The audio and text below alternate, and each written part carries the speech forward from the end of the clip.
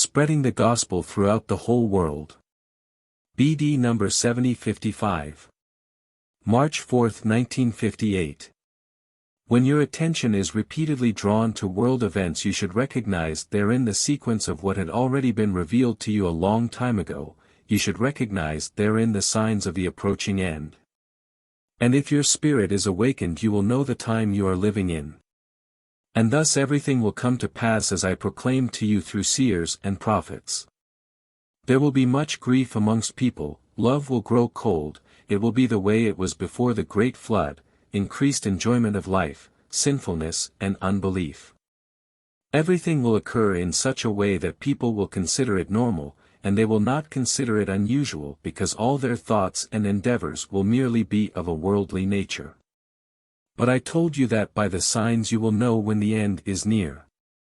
And thus you should pay attention to the signs. You humans may well raise the objection that the earth has seen many such times by now, that the mentioned proclamations could have been expected at any time as a matter of course. You will also draw attention to the times of utmost unbelief and accursed human actions. But you forget that I had indicated that my gospel has to be spread throughout the whole world before the last appearance on this earth can take place. And you don't know what the proclamation of the gospel actually entails. You believe that this can only be done by people who take the information concerning the act of salvation and the divine teaching of love to wherever it is not yet known. The spreading of my gospel in this way is indeed a part of it as well, but I myself also make sure that said knowledge reaches people who have not yet been informed about Jesus Christ and his act of salvation.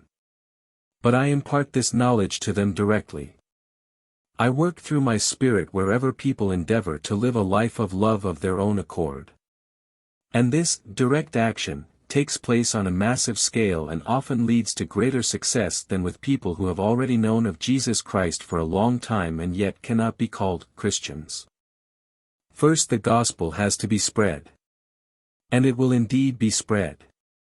It will be taken everywhere by my messengers of light, who are exceptionally active especially in the last days, and who have embodied themselves all over the world for the purpose that they may now be useful vessels for me into whom I can pour my Spirit, who thus establish a link between me and those to whom the gospel shall be proclaimed.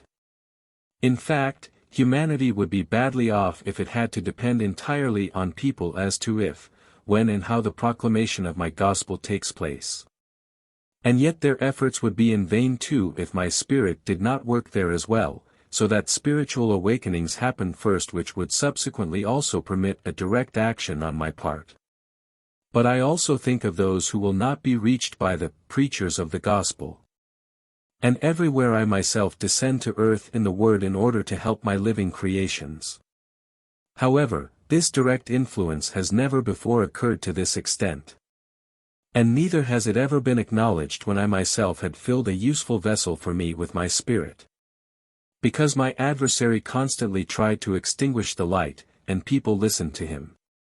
But it was not yet the time of the end, when he will rage exceptionally, and therefore I will also work extraordinarily in order to save the people.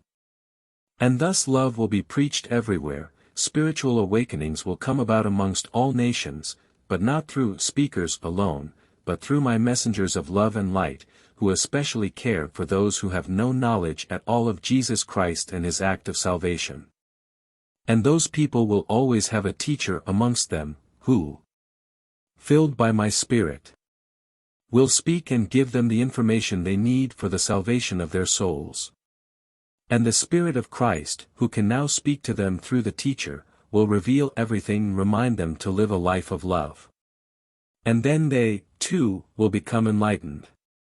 But even for this the time has yet to come, hence the hour of the end could not be expected sooner in spite of spiritual hardship and darkness. But you humans should observe what is taking place on earth, and then you will easily identify the time you live in. Because one day the future will become the present day, one day what I proclaimed to you a long time ago will come to pass, one day the harvest will ripen and will have to be taken into the barns. And thus one day the cleaning process will have to happen, the old order will have to be restored again, the earth will have to be made suitable for its real purpose once more, to mature the souls of people. Amen.